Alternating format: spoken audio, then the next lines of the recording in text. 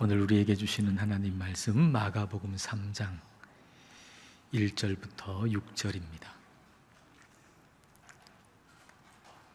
우리 한 절씩 읽겠습니다. 예수께서 다시 회당에 들어가시니 한쪽 손 마른 사람이 거기 있는지라.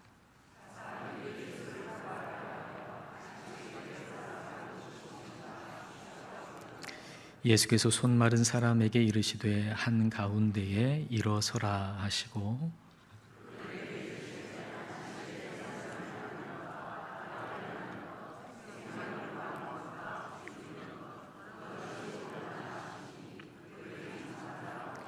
그들의 마음이 완악함을 탄식하사 노하심으로 그들을 둘러보시고 그 사람에게 이르시되 내 손을 내밀라 하시니 내밀매 그 손이 회복되었더라. 바리새인들이 나가서 곧 헤롯 당과 함께 어떻게 하여 예수를 죽일까 의논하니라. 아멘. 사람의 겉이 병들면 누구나 다 알죠. 피부가 딱딱해지고 또 근육이 굳어졌다면은 이게 문제가 생겼구나 라는 생각을 하게 되고 또 치료 받기를 원하는 마음이 생길 것입니다. 그러나 사람의 속, 마음이 병들어서 마음이 굳어지고 딱딱해지면 마음이 병들었다는 사실을 잘 눈치채지 못합니다. 그래서 낫기를 원하는 마음도 들지 않는 것이죠. 이것이 사람의 몸의 질병보다 마음의 질병이 더 치명적일 수 있는 이유입니다. 오늘 말씀 나눌 때 성령님께서 저와 여러분의 마음의 병을 드러내시고 치유해 주시기를 원합니다. 1절과 2절을 같이 읽겠습니다. 예수께서 다시 회당에 들어가시니 한쪽 손 마른 사람이 거기 있는지라. 사람들이 예수를 고발하려 하여 안식일에 그 사람을 고쳐시는가 주시하고 있거늘. 안식일에 예수님께서 회당에 들어가셨는데 거기에 한쪽 손 마른 사람이 있었습니다. 누가복음에서는 이 한쪽 손이 오른쪽 손이라고 밝히고 있습니다. 오른쪽 손이 말랐다라고 하는 것은 이 오른쪽 손이 오그라들었다는 것이죠. 그래서 이 오른손을 펼 수가 없는 상태에 있었다는 것입니다. 이것은 누가 봐도 고쳐야 할 질병이었습니다. 그러나 사실 거기에는 이보다 더 큰 병에 걸린 사람들이 거기에 있었습니다. 그들은 한쪽 손 마른 사람을 예수님께서 고쳐주시는가 주시하고 있었던 바리새인들이었습니다. 그날은 안식일이었고 그들의 규정에 의하면 안식일에는 병이 더 악화되는 것은 막을 수 있지만 병이 낫게 하는 것은 할 수 없었습니다. 그러니까 응급 상황에서 응급처치는 가능했지만 병이 낫게 하는 것은 안식일을 범하는 것이었습니다. 그러므로 안식일에 한쪽 손 마른 사람을 예수님이 고쳐주시면 그것은 예수님이 안식일을 범하는 것이 됩니다. 이 논리에 따라서 바리새인들은 예수님을 고발하려고, 예수님을 책잡으려고 예수님께서 그 한쪽 손 마른 사람을 고쳐주시는가 아주 유의해서 살펴보고 있었던 것입니다. 바리새인들은 마음이 마른 사람이죠. 바리새인들은 마음이 오그라든 사람들이죠. 한쪽 손이 마른 사람은 다른 쪽 손이라도 쓸 수 있지만은 그러나 바리새인들은 마음이 말라서 그 마음 전부가 말라 있는 오그라든 상태였습니다. 그러나 병이 든지도 모릅니다. 그리하여 병이 고쳐지기를 원하는 마음조차도 없습니다. 그래서 자신을 고쳐주실 수 있는 예수님을 향해서 도끼 눈을 뜨고 있는 것이죠. 오늘 우리의 마음의 건강은 어떤지요? 오늘 저와 여러분의 마음의 건강은 어떤지요? 우리 역시도 이 바리새인들처럼 우리의 마음의 상태를 모르고 있을 수도 있습니다. 우리의 마음의 상태는 이미 심각하게 병이 들었는데 우리는 그것을 알아차리지 못하고 있을 수도 있습니다. 나는 문제 없다라고 생각하고 있다면 더더욱 심각한 상태에 빠져 있는지도 모릅니다. 예수님은 오늘 저와 여러분을 고쳐주시기를 원하십니다. 우리가 할 일은 예수님의 처방을 따르는 것입니다. 예수님이 손 마른 사람에게 내리신 처방은 마음이 마른 바리새인에게도 적용되는 처방이고, 그리고 오늘 여기 있는 저와 여러분에게도 적용되는 처방입니다. 자, 그 처방을 볼까요? 3절 말씀. 자, 함께 읽습니다. 예수께서 손 마른 사람에게 이르시되 한가운데에 일어서라 하시고, 예수님의 처방은 한가운데에 일어서라는 것입니다. 너 자신을 노출시키라는 것입니다. 이 사람은 한쪽 손 오른쪽이 말랐습니다. 이것은 그 사람에게 아주 큰 컴플렉스였을 것입니다. 우리는 저마다 컴플렉스를 가지고 있는데 그 컴플렉스를 우리는 숨기고 싶어 하죠. 이 사람에게는 오른손이 말랐다는 것이 컴플렉스여서 어디를 가든지 그 오른손을 숨기고 싶어 했을 것입니다. 그러므로 아마 이 사람은 그 회당에 있을 때도 오른손을 가릴 수 있는, 아마도 그 회당의 오른쪽 구석자리에 있으면 오른손은 좀 가려지잖아요. 그래서 그 오른쪽 구석자리에 아마도 자리하고 있었을 것 같습니다. 그런데 예수님께서 한가운데 서라고 말씀하시는 겁니다. 너의 오른손이 말라 있다는 사실을 숨기지 말고 그것을 노출시키라는 말씀입니다. 이 처방은 마음이 마른 바리새인에게도 적용되는 처방이고, 오늘 저와 여러분에게도 적용되는 처방입니다. 우리의 현재의 마음의 상태를 숨기지 말고 있는 그대로 하나님 앞에 드러내라는 것입니다. 우리의 마음의 상태를 숨기지 말고 하나님 앞에 있는 그대로 노출시키라는 것입니다. 유기성 목사님 여러분 아실 텐데, 그 사모님 되시는 박리부가 사모님 책에 이런 내용이 있어요. 그 교회 6살 난 유치부 아이가 헌금 봉투에다가 헌금을 넣어서 이제 헌금을 드린 거예요. 그리고 그 헌금 봉투에는 기도 제목이 적혀 있는 거죠. 삐뚤삐뚤, 그리고 철자도 잘 맞지 않게 기도 제목이 적혀 있어요. 한 아이가 2개의 헌금 봉투를 낸 겁니다. 그 중에 하나의 헌금 봉투에는 이렇게 적혀 있었습니다. 하나님, 제가 하나님께 10,000원을 드리는 게 아까워요. 그렇지 않게 해 주세요. 헌금 10,000원을 헌금 봉투에 넣었습니다. 그걸 드리려니까 너무 아까운 거예요. 그 마음을 그대로 적은 거죠. 나 10,000원 하나님께 드리는 거 아까워요. 그렇지 않게 해 주세요 하고 헌금을 드린 겁니다. 또 하나의 헌금 봉투에는 이렇게 적혀 있었답니다. 하나님 아버지, 제가 돈을 좋아해서 하나님께 돈을 드리기 싫은 마음을 받아주세요. 하나님께 돈 드리기 싫은 거예요.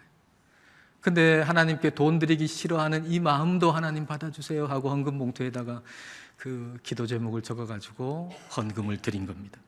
2개의 헌금 봉투를 가지고 온 이 아이가 너무 귀여워가지고 그 유치부 전도사님이 이 아이한테, 그래 얘야, 내가 너를 위해 어떻게 기도해 줄까? 그렇게 물었더니 이 아이가, 제가 돈보다 하나님을 좋아하게 해주세요.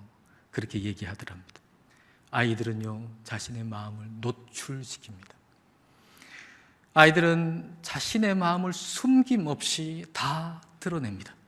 그러나 어른이 되면 자꾸 감추죠. 저와 여러분 얼마나 감추는 게 많습니까?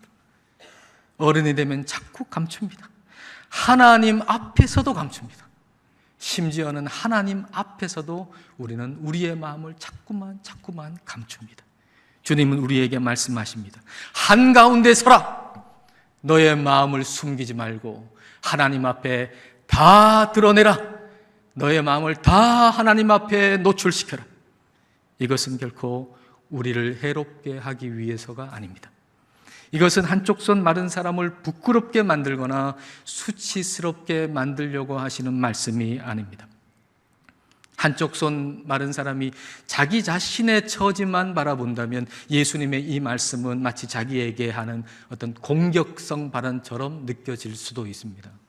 아니, 내가 처지가 이런 처지인데 아니, 한가운데 모든 사람에게 내가 아픈 이 모습, 드러내기 싫은 이 모습 다 드러내게 만들어서 망신 주려고 저러시나? 라고 생각될 수도 있습니다. 그러나 말씀하신 예수님을 바라보면 전혀 그런 게 아니죠. 말씀하시는 예수님은 나를 사랑하셔서, 그 말씀하시는 예수님을 바라보면 그래, 저분은 나를 사랑하셔서 나에게 더 좋게 하시려고, 나를 낫게 하시려고 한가운데 서라고 말씀하시는구나 라고 하는 걸 깨달을 수 있습니다. 주님은 우리를 사랑하셔서 우리에게 우리 마음의 뚜껑을 열라고, 더 이상 닫아둔 채로 살지 말고 그 마음의 뚜껑을 열라고 우리에게 말씀하시는 것입니다. 화려한 색깔의 플라스틱 통이 있습니다. 그리고 그 안에 음식의 잔반이 담겨져 있습니다. 이게 우리의 마음 상태죠. 겉으로 보기에는 괜찮습니다. 꽤 괜찮아 보입니다. 그러나 그 안은 부패하고 썩은 냄새가 납니다. 그 마음의 뚜껑을 열라는 것입니다. 이것은 내게 수치심을 일으키는 것이라고 우리는 생각할 수도 있습니다. 왜냐하면 우리는 그 마음의 뚜껑을 열 때 사람들이 인상을 찌푸리고 코를 막는 모습을 생각하면서, 그렇지 않습니까? 우리의 마음의 뚜껑을 열면 얼마나 냄새가 나겠습니까? 얼마나 부패해 있겠습니까? 그 뚜껑을 열면 사람들은 인상을 찌푸릴 것이고 코를 막을 것인데 마치 하나님도 그와 같을 것이라고 생각하기 때문입니다. 그러나 하나님은 우리의 부패한 마음에서 나는 썩은 냄새에 코를 막지 않으십니다. 오히려 하나님은 하나님 앞에 우리가 우리의 마음을 오픈한 것을 기뻐하십니다. 하나님은 우리의 병든 마음을 고쳐주시기를 원하시기 때문입니다. 우리 마음속에 부패하고 썩은 오물들을 치워주시는 것은 하나님의 손을 더럽게 만드는, 하나님이 하기 싫어하시는 지저분한 일이 아닙니다. 하나님은 우리의 모든 것을 용납하십니다. 우리의 모습이 어떠할지라도 하나님은 우리의 모든 것을 용납하십니다. 그리고 하나님은 우리에게 모든 것을 내어주시는 분이십니다. 우리가 이걸 신뢰할 때 하나님 앞에 우리의 전부를 노출시킬 수 있습니다. 하나님은 우리를 정죄하지 않습니다. 하나님은 우리를 사랑하시고 하나님은 우리에게 아까워하는 것이 없습니다. 하나님은 우리에게 어떤 것도 아까워하지 않습니다. 팀 켈러 목사님의 책 중에 제목이 탕부 하나님이라는 제목의 책이 있습니다. 탕부 하나님. 영어 제목, 원래 제목은 프로디걸 갓입니다. 탕부 하나님. 근데 우리에게 익숙한 것은 탕부가 아니고 탕자잖아요. 탕자. 누가복음 15장에 그 아버지의 유산을 먼저 끌어당겨가지고 먼 나라 가가지고 다 탕진한 그 둘째 아들 우리는 탕자라고 하잖아요. 탕자, 프로디걸 선. 근데 이 저자가 이 프로디걸이라고 하는 단어를 설명을 합니다. 이 프로디걸이라고 하는 단어는 자기 멋대로 군다라고 하는 의미가 아니라 무모할 정도로 씀씀이가 해프다는 뜻이라는 거예요. 무모할 정도로 씀씀이가 해프다. 즉 하나도 남김없이 다 쓴다는 거예요. 하나도 남김없이 다 쓴다. 그런 의미에서 우리 하나님은 탕부 하나님이라는 거예요.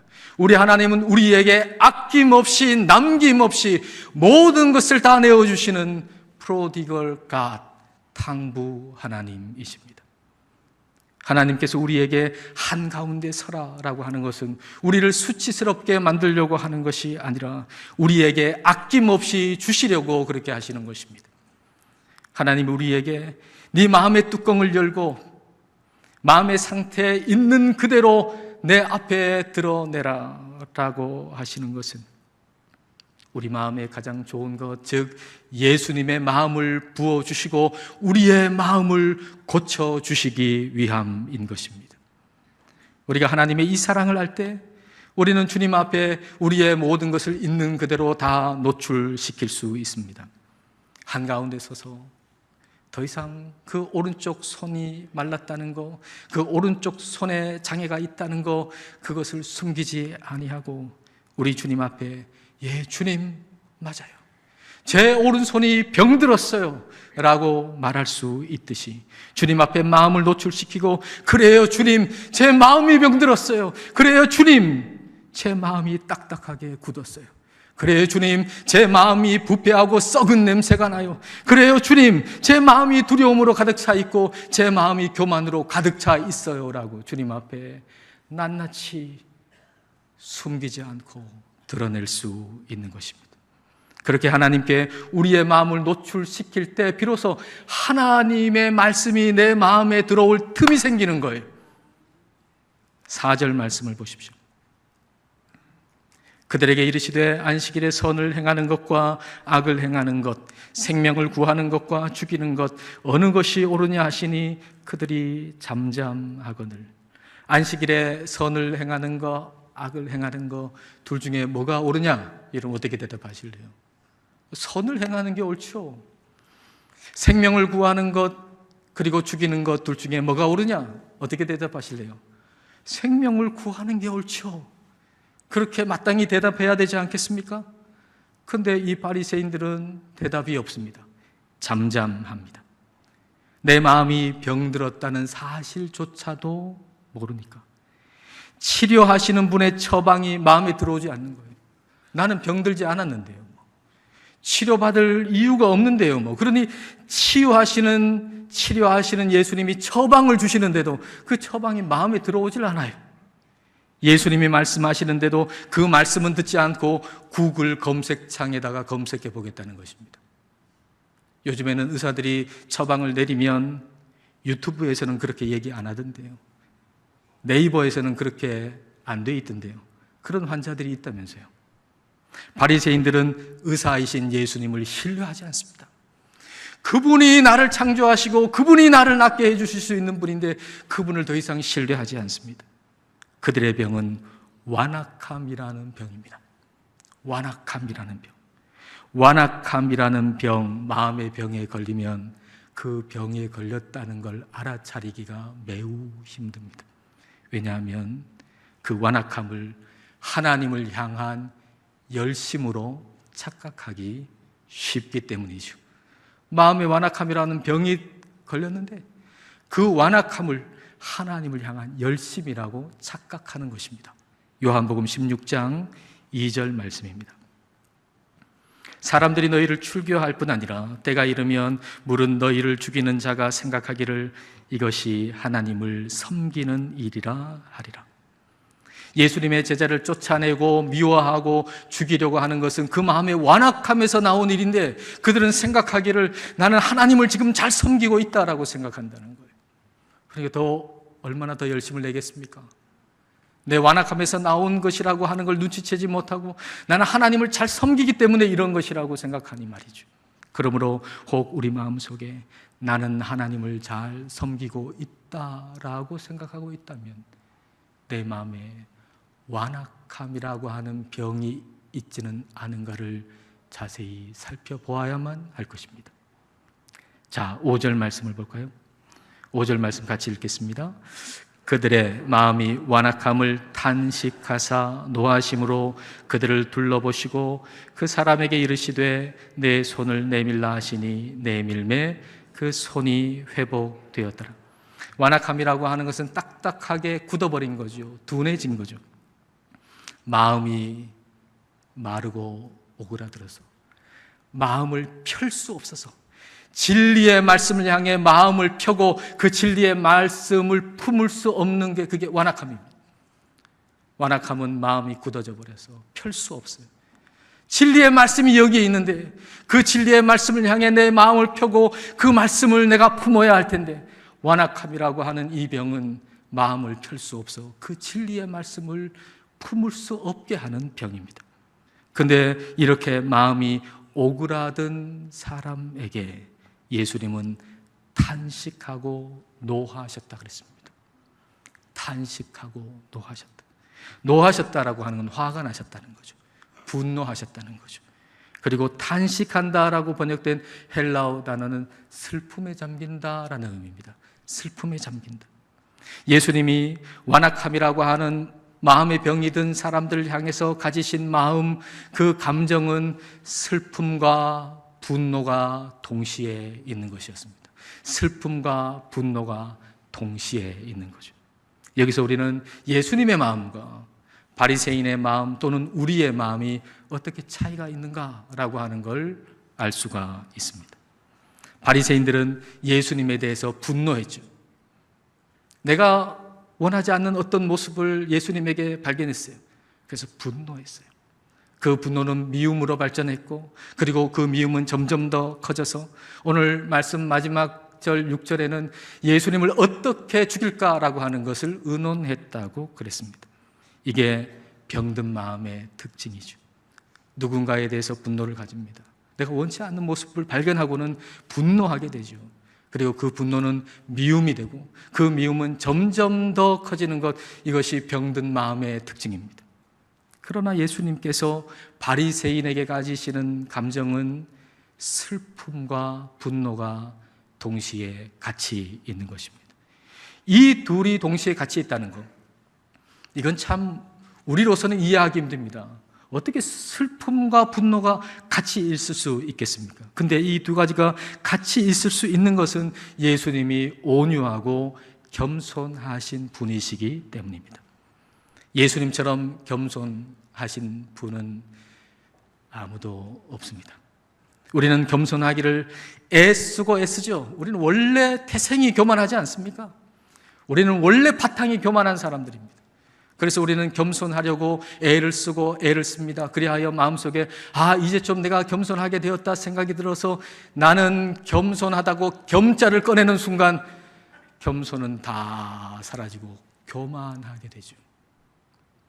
말로 내뱉지 않아도 내 마음속에 나는 좀 겸손한 것 같아 라고 생각하는 그 사람은 아주 교만한 상태에 있음에 틀림없는 것입니다. 그런데 예수님은 나는 마음이 온유하고 겸손하다라고 말씀하셨습니다.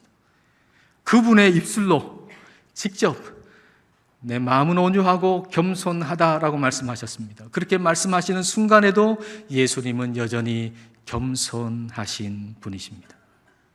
따라서 예수님에게서 나오는 모든 것은 다 겸손으로부터 나온 것입니다. 오늘 본문의 분노 역시도 겸손에서 나온 분노입니다. 겸손에서 나온 분노. 겸손에서 나온 분노는 미움으로 이어지지 않습니다. 교만에서 나온 분노는 반드시 미움으로 이어지죠. 저와 여러분은 교만하기 때문에 우리 속에 분노가 생기면 당연히 그를 미워하게 되어 있습니다. 그러나 겸손으로부터 나오는 분노는 미움으로 이어지지 않습니다. 그 완악함에 대해서는 분노하셨지만, 그러나 바리새인을 여전히 사랑하셨습니다. 예수님은 바리새인을 여전히 사랑하시고 바리새인이 잘 되기를 바라는 마음이 너무나도 강력하셨기 때문에, 잘 되기를 원하는 사람이 그 완악함 때문에 하나님께 더 가까이 나아갈 수 없다는 사실에 대해서 슬퍼하셨던 것입니다. 예수님은 겸손하셔서 분노와 슬픔이 동시에 존재할 수 있었던 것이죠. 우리 마음이 회복되어야 할 모습은 바로 이 마음, 예수 그리스도의 마음입니다. 분노가 미움으로 이어지는 그런 마음이 아니라, 누군가에서 악한 마음, 완악한 마음을 우리가 발견했을 때 그 완악함은 우리가 분노할 수 있겠지만, 여전히 그를 사랑해서 그가 그 완악함 때문에, 그 악 때문에 더 하나님께 가까이 나아갈 수 없다는 사실로 인해서 슬퍼하며 울며 기도할 수 있는 그 마음, 슬픔과 분노가 함께 있을 수 있는 바로 그 겸손함이 오늘 우리가 회복해야 할 마음입니다. 예수님이 손 마른 자에게 네 손을 내밀라, 네 손을 펴라 라고 하신 것은 마음이 마른 바리새인에게도 적용되는 말씀이고, 오늘 저와 여러분에게도 적용되는 말씀입니다. 오그라든 너의 마음을 펴라! 굳어져 있고 오그라들어서 진리의 말씀을 품을 수 없는 너의 마음을 펴라! 성령 하나님은 오늘 우리에게서 딱딱한 마음을 제거하시고 부드러운 마음, 말랑말랑한 마음을 주시기를 원하십니다. 우리의 마른 마음, 오그라든 마음, 썩고 부패하고 냄새나는 마음, 완악한 마음 주님께 다 내어드리십시다. 그리하여 하나님 말씀에 순종하는 펴진 마음, 부드러운 마음으로 회복되시기를 주님의 이름으로 축복합니다. 기도하겠습니다. 이 시간 우리 기도하실 때 한가운데 서라는 주님의 처방대로 우리의 마음을 숨김 없이 하나님 앞에 노출시키십시다. 성령의 빛으로 비춰주셔서 썩어 있는지도 몰랐던 마음이 드러나고 오그라든 마음, 완고한 마음이 주님 앞에 낱낱이 드러나기를 기도하십시다. 마른 마음, 오그라든 마음이 주님의 말씀으로 펴지게 하시고 완고하고 딱딱한 마음이 부드럽고 말랑말랑한 마음이 되기를 기도합시다. 주님의 겸손한 마음이 우리 안에 부어지기를 이 시간 함께 기도하시겠습니다.